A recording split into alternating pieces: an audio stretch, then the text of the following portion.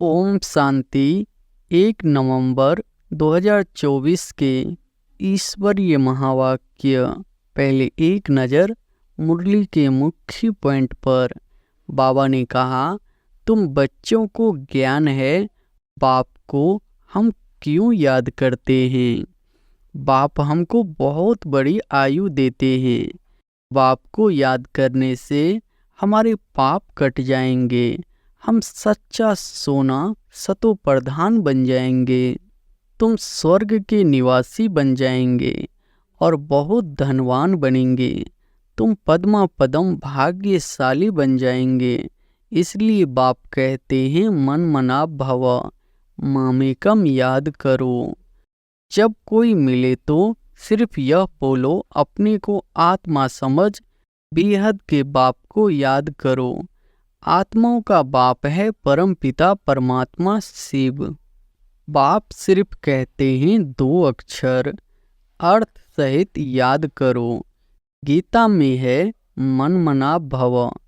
अक्षर तो पढ़ते हैं परंतु अर्थ बिल्कुल नहीं जानते। और फिर बाबा ने कहा, रचेता और रचना दोनों को तुम जान गए हो तो अभी तुम आस्तिक बन गए हो। आगे जन्म जन्मांतर तुम नास्तिक थे। इस योग बल से तुम कितने कंचन बनते हो। आत्मा और काया दोनों कंचन बनती है, फिर छीछी बनते हो।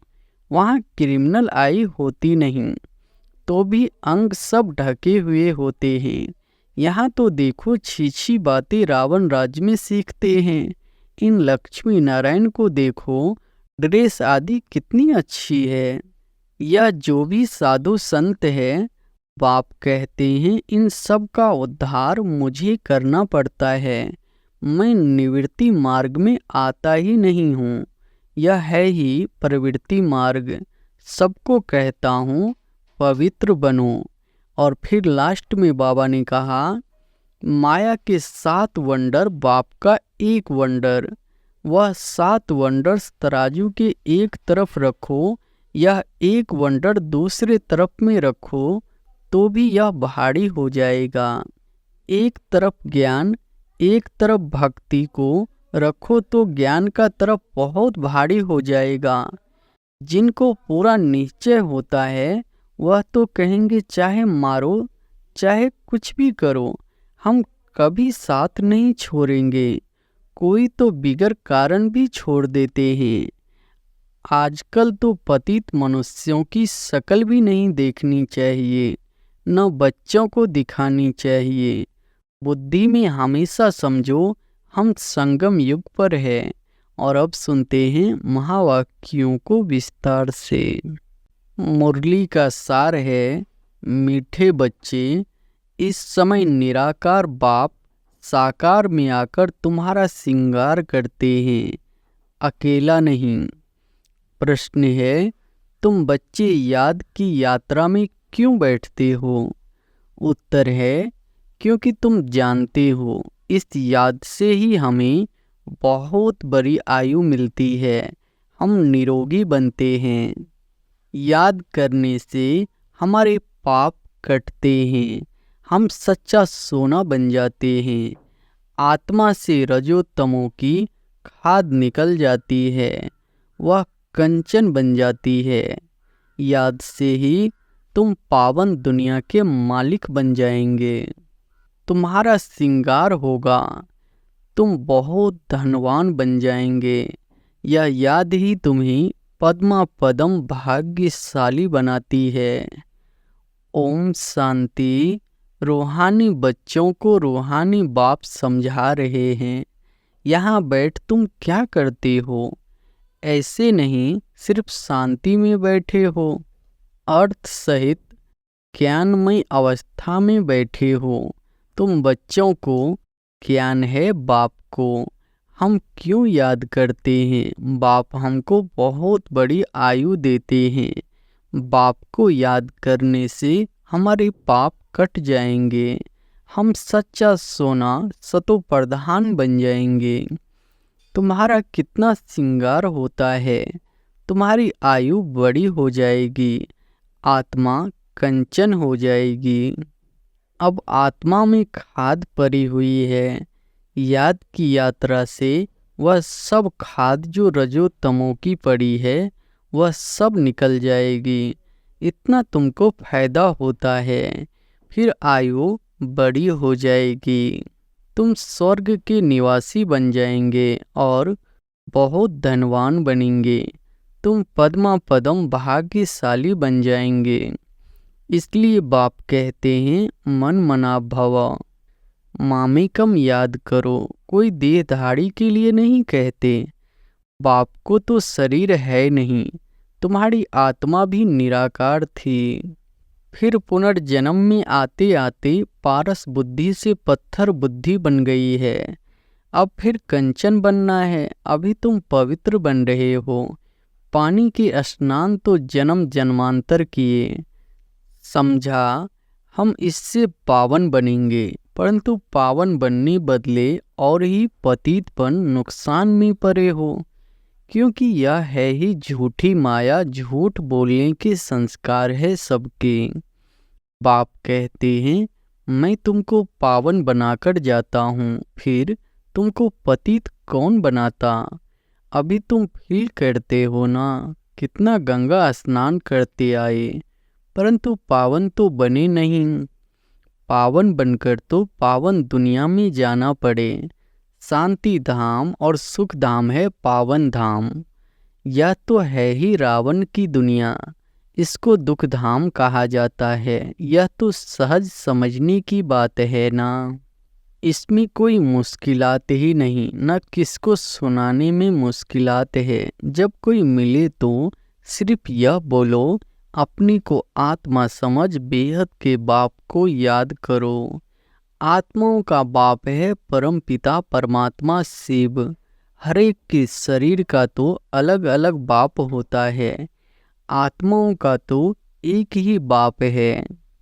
कितना अच्छी रीति समझाते हैं और हिंदी में ही समझाते हैं। हिंदी भाषा ही मुख्य है। तुम पद्मा पदम भाग्यशाली इन देवी देवताओं को कहेंगे ना। यह कितने भाग्यशाली है, यह किसी को भी पता नहीं है कि यह स्वर्ग के मालिक कैसे बने। अभी तुमको बाप सुना रहे हैं। इस सहज योग द्वारा इस पुरुषोत्तम संगम युग पर ही यह बनते हैं। अभी है पुरानी दुनिया और नई दुनिया का संगम। फिर तुम नई दुनिया के मालिक बन जाएंगे। अब बाप सिर्फ कहते हैं 2 अक्षर अर्थ सहित याद करो। गीता में है मन मना भव। अक्षर तो पढ़ते हैं परंतु अर्थ बिल्कुल नहीं जानते। बाप कहते हैं मुझे याद करो, क्योंकि मैं ही पतित पावन हूँ और कोई ऐसे कह न सके। बाप ही कहते हैं मुझे याद करने से तुम पावन बन पावन दुनिया में चले जाएंगे।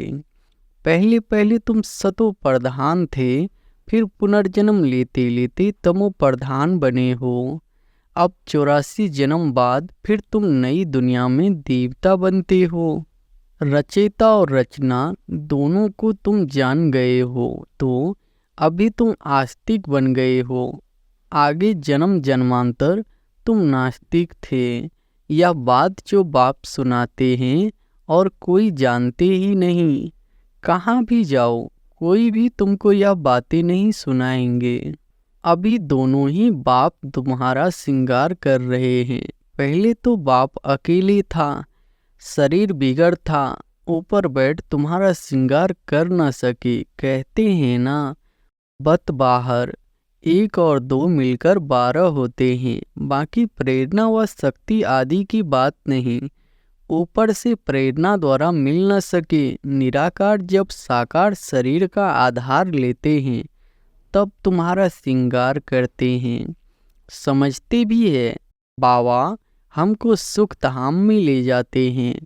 ड्रामा के प्लान अनुसार बाबा बंधेमान है, उनको ड्यूटी मिली हुई है।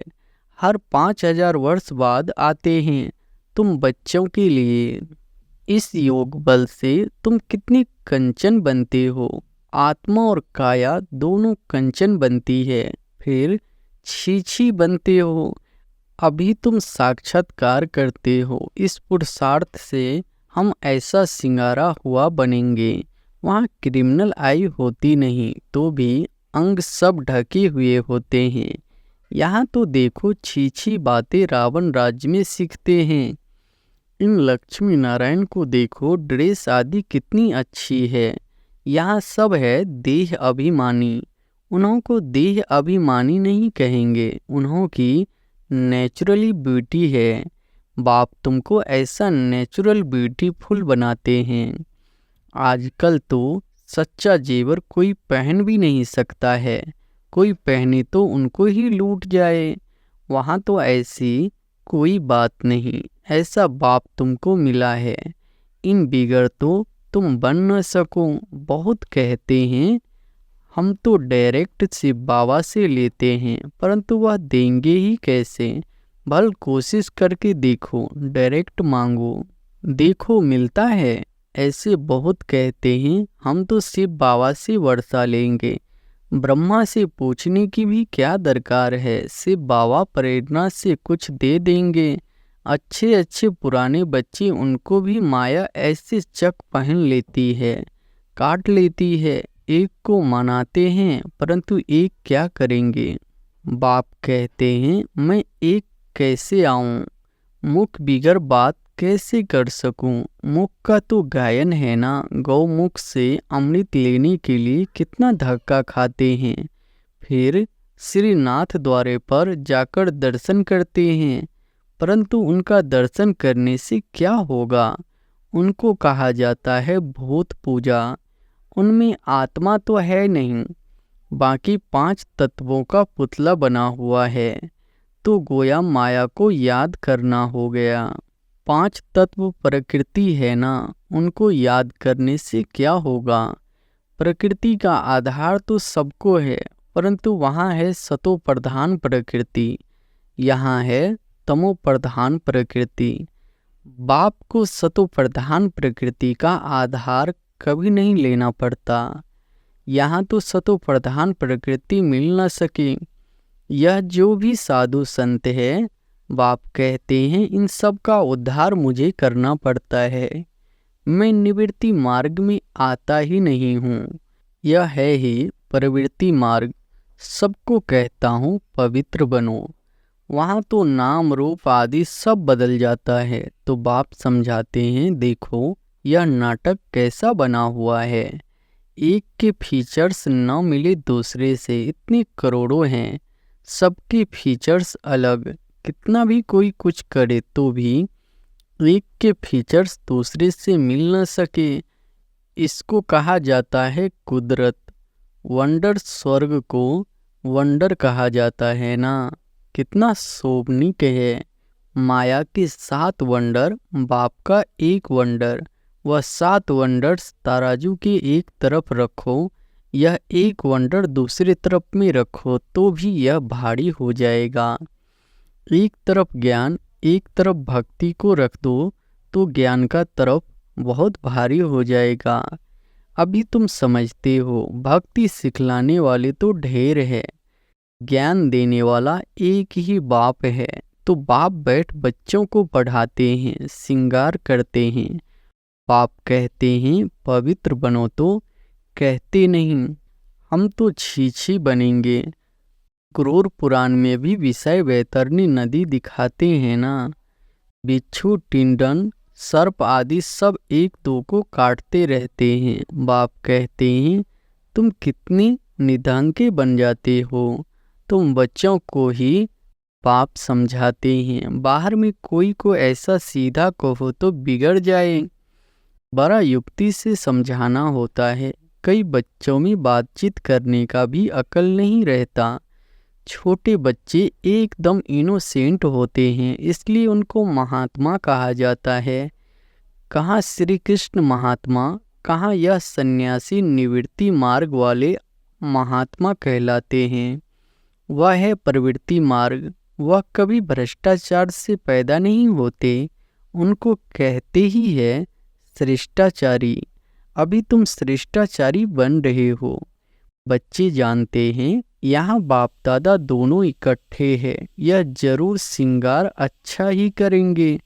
सबके दिल होगी ना। जिन्होंने इन बच्चों को ऐसा श्रृंगार कराया है तो हम क्यों न उनके पास जाए।